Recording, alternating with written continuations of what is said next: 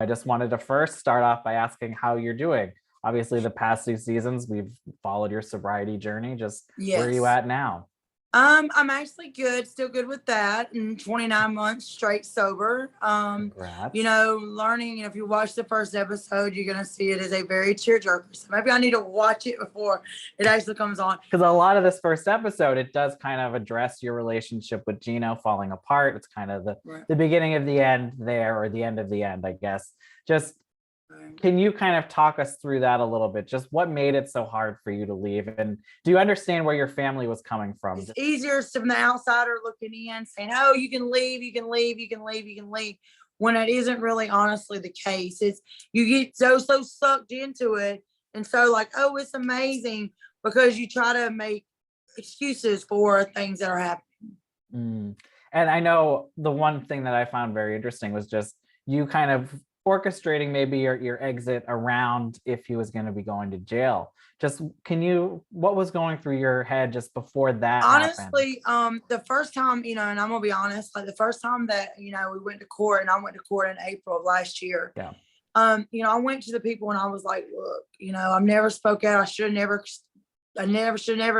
dismiss the domestic violence charges the day we got locked up, March the 13th, 2019, along with the drug charge. I should have never dismissed those charges, but I was scared. I went in front of the grand jury and said, oh, everything's amazing. And it wasn't. Let's say, because you also talked a little bit about even being concerned about your family.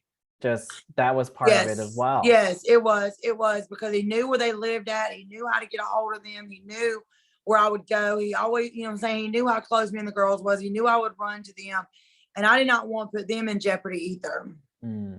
And now, there is a period of time where you kind of seems like you went MIA on production on your family too, is right when Bentley was born. I tell people like this, and like I tell Marisol, and I tell everybody else that's in our production team with Think Factory, we're the family that keeps giving. Okay. When there's real shit going on in our life, cameras are not in our life 24/7, guys. That's what people get the misconception about. When something goes on like this, I don't have time. When there's an open window and God opens up that door, I didn't have time. Hey, let's call a film crew. Let's call this. Let's call it. It just doesn't work like that, guys, because we're unscripted. We are we're real, And so when real shit happens, a lot of this season, because of COVID and, because so much stuff was happening, a lot of this season was done actually on iPhones. A lot of people would not think that, but a lot of this season, because we have to catch it ourselves. We have to be our own producers. We have to be sometimes our own producers, our own camera guy, our own lighting person. I mean, when COVID, the last 2 years, it's been kind of crazy. And this is the reason why we're not out yet, is because of that reason, is because of so many COVID restrictions and so much stuff that has to happen. But, you do kind of reappear. You call the producers in, you have this big meeting, start to kind of reveal what has been going on, maybe off camera, behind closed doors. I know we'll see this as the season unfolds, but what kind of were the last straws with Geno that you can maybe get into a little bit? So many. There's so many of them. Like, I don't even like talking about it now, because it puts me in that headspace I'm not in anymore a year ago. And my production company kind of knew it was going to a head, especially after I went into recovery. But I was like, no, I'm fine. Because even in my addiction, when y'all saw me spiral out of control in season 4, I was ready to walk away then, but didn't know how to. That's the crazy part about it. Yeah. And how much does being in that relationship, did it have an effect on your sobriety? I know you talked about that you had moments where you were like, because I'm still there, I feel the urge, but luckily, you didn't. No, and that's true. Route. Like, I had that urge that I could not feel the way. I could not feel what was going on. I couldn't feel the feeling. And so it would have been easier for me to escape with the drugs like I had in the past. But me being strong enough in my own sobriety, because so many fans have reached out to me, and so many families and so many people look up to that. I'm going to tell you, in this world, Brandon Novak, has got over 6 years clean, a jackass. I mean, a lot of people know. I looked up to him, and and he's got straight sobriety and done so much in the recovery world that, I do look up to him. And he went to the same facility I did Banyan. Okay. And it was like, when stuff was going bad, sometimes I would reach out to him and be like, hey, or he would just reach out to me on like random times. And, and so, that having that support system and me staying in Southeast Florida and staying close to Banyan and staying close to where I went to recovery, I'm gonna be honest with you, that helped because people, places, and things are, when you're going through something like I went through, I loved Hutchinson Island. I love South Florida. I just took Justin down there to what I call my slice of heaven. I faced my darkest days, almost died a couple of times on that island. But I also faced my biggest thing. So that island has a special meaning to me. I faced my darkest times, but I also faced my brightest times in learning who I was. And you mentioned Justin. Congratulations on being in a new relationship. It seems like it's going very well. You guys seem very happy. Like you said, the TikToks that you've been doing, we've been watching them. Y'all been watching your TikTok? Of course. Well, it's nice sure to you're gonna see be one of you the in many something people that's happy. gonna be screen recording Friday. Don't even, because I already know. Oh, we'll be watching. And I'm sure you and 500 outlets. Trust me, it'll be all over.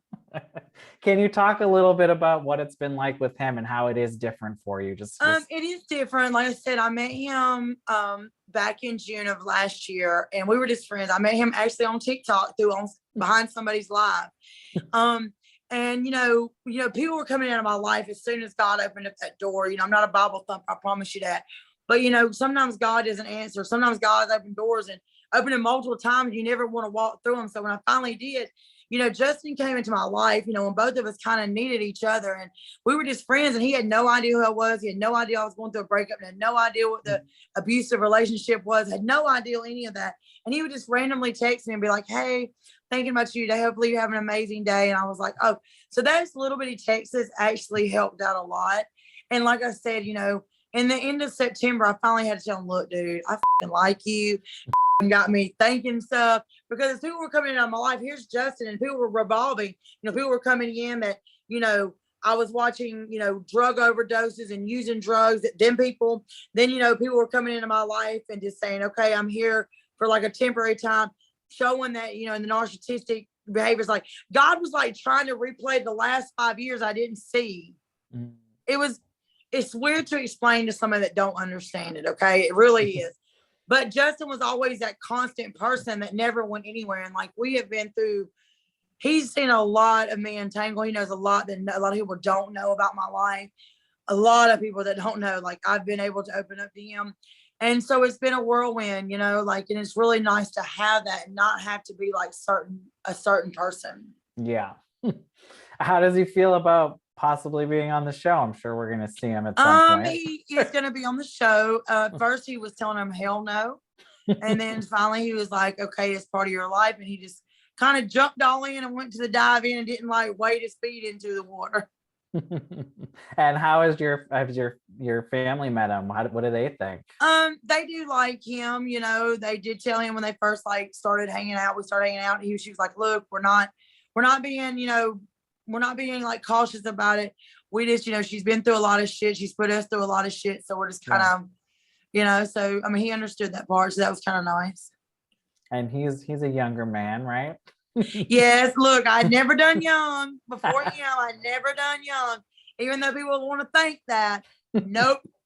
So good for you. Yes, he is 7 years and 11 months to the day. My birthday is August the 10th, and his birthday is September the 10th, and we're 7 years and 11 months exactly apart. Okay, not looking bad. Like a whole million dollar snack over there. He ever leaned up against the wall like he's just watching. Yeah. And one of the other things in the teaser for this season, there's talk of you maybe wanting custody of Alana back. I know you guys have been working on relationship. You did Masked Singer together, which was great to see. Just where do you're going to see that this season. Y'all going to see the behind the scenes of the Masked Singer that you wouldn't see in front of Masked Singer. Just how is that relationship going with Alana, and have there been real talks about maybe trying to regain custody? Yeah, like you'll see that coming along like in the season, and it is an emotional thing because I mean, a lot of things are real, like a lot of like real life issues are going on behind the cameras. So when we come in front of the cameras and we talk about it, it is kind of still raw to us. It's like ripping that Band-Aid off, So, it's kind of like revisiting what has been going on all this time. And my last question is just also about Alana. Have you met her boyfriend? I know there's an age difference I met there Dralin. as well. They've been together over a year. Yep. People need to realize that she is fixing to be 17 in August, and that Pumpkin and Josh were the same age as they were. But I think Alana, because she is getting a lot of hate because she is in an interracial relationship. He is older.